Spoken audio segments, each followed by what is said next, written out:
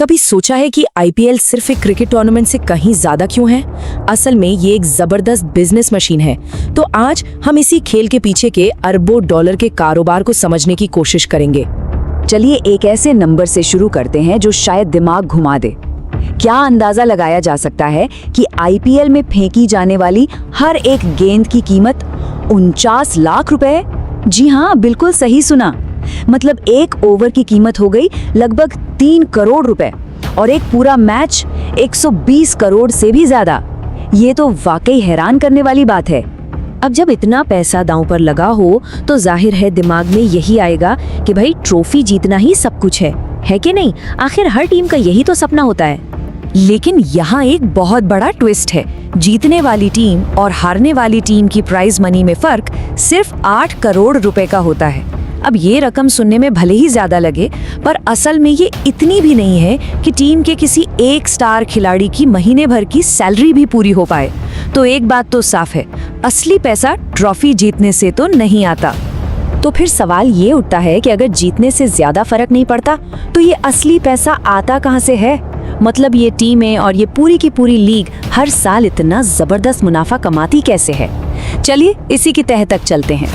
इसका जवाब एक ऐसी जगह छिपाया जहां शायद हम सोचेंगे भी नहीं, एक फास्ट फूड चेन में।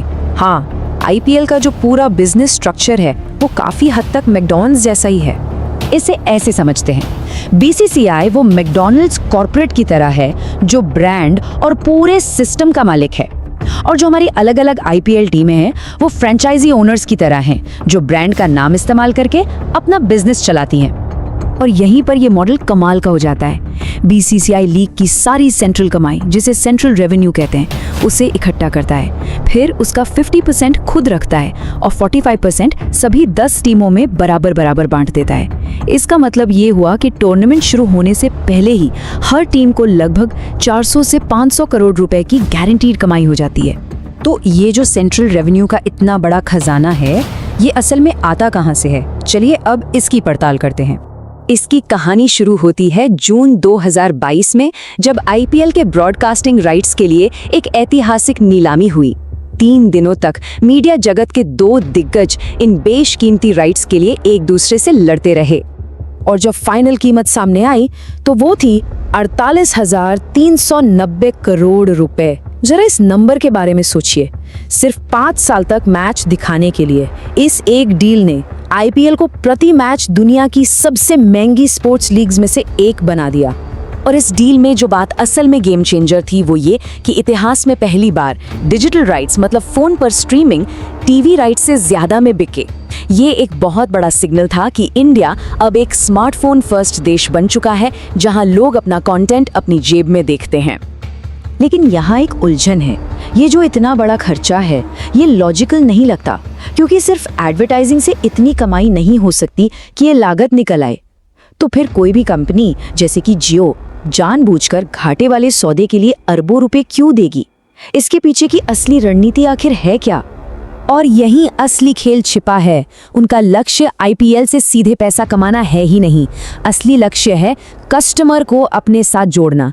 जियो मुफ्त में आईपीएल दिखाकर लोगों को अपने पूरे इकोसिस्टम में खींच रहा है, उनके मोबाइल प्लान, फाइबर इंटरनेट और ना जाने कितनी आने वाली सर्विसेज के लिए।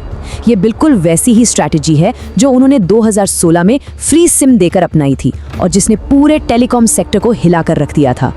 ये सब देखकर एक बात तो साफ है, आईपीएल की जो ये फाइनेंशियल सक्सेस है ये कोई तुक्का नहीं है।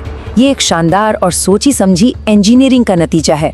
देखिए, अगर हम यूरोपियन फुटबॉल लीग्स को देखें तो वहाँ कुछ अमीर टीमें हैं जो हमेशा जीतती हैं, लेकिन आईपीएल एक बहुत ही स्मार्ट सिस्टम का इस्तेमाल करता है, सैलरी कैप और ऑक्शन। इससे ये तय होता है कि कोई एक अमीर टीम सारे बेस्ट प्लेयर्स को खरीद कर हावी न हो जाए, और इसी वजह से लीग हमेशा मजेदार और अनप्रेडिक्टेबल बनी रहती है। और यही बात हमें आईपीएल की सफलता के सीक्रेट सॉस तक ले आती है, जिसे इकोनॉमिस्ट होप इकोनॉमी कहते हैं। ये एक सिंपल सा आइडिया है, एक ऐसा सिस्टम बनाओ जहां हर टीम के फैन को ये यकीन हो कि उनकी टीम इस साल जीत सकती है। जब उम्मीद होती है तो फैंस हर मैच देखते हैं, और ये सब इस सिंपल से इक्वेशन पर आकर टिक जाता है। उम्मीद का मतलब है दर्शक, और जितने ज्यादा दर्शक उतने ही कीमती ब्रॉडकास्टिंग राइट्स। ये एक शानदार साइकिल है जो अपने आप चलती रहती है। तो चलिए अब इन सभी टुकड़ों को एक साथ जोड़ते हैं और देखते हैं कि इस पूरी कहानी में असली प्रोडक्ट क्या है। तो अगर इसे आसान भाषा में समझें तो टीमों के पास कमाई के 3 मेन रास्ते हैं। सबसे बड़ा हिस्सा तो बीसीसीआई से गारंटी के तौर पर आता है, फिर टीम अपनी स्पॉन्सरशिप और टिकटों से कमाती है, और आखिर में प्राइज मनी, वो तो बस एक बोनस की तरह है। ये सब हमें एक आखिरी और शायद सबसे जरूरी सवाल पर ले आता है। इस पूरे सिस्टम में जहां टीमें, बीसीसीआई और ब्रॉडकास्टर्स सब पैसा कमा रहे हैं, वहां बेचा जाने वाला असली प्रोडक्ट कौन है? और इसका अंतिम जवाब ये है कि असली प्रोडक्ट हम और आप हैं, यानी दर्शक। हमारा ध्यान और हमारी उम्मीद ही वो असली चीजें हैं जो इस अरबों डॉलर की मशीन को चला रही हैं। बीसीसीआई ने ये पूरा सिस्टम सिर्फ क्रिकेट बेचने के लिए नहीं बनाया है, बल्कि उम्मीद बेचने के लिए बनाया है।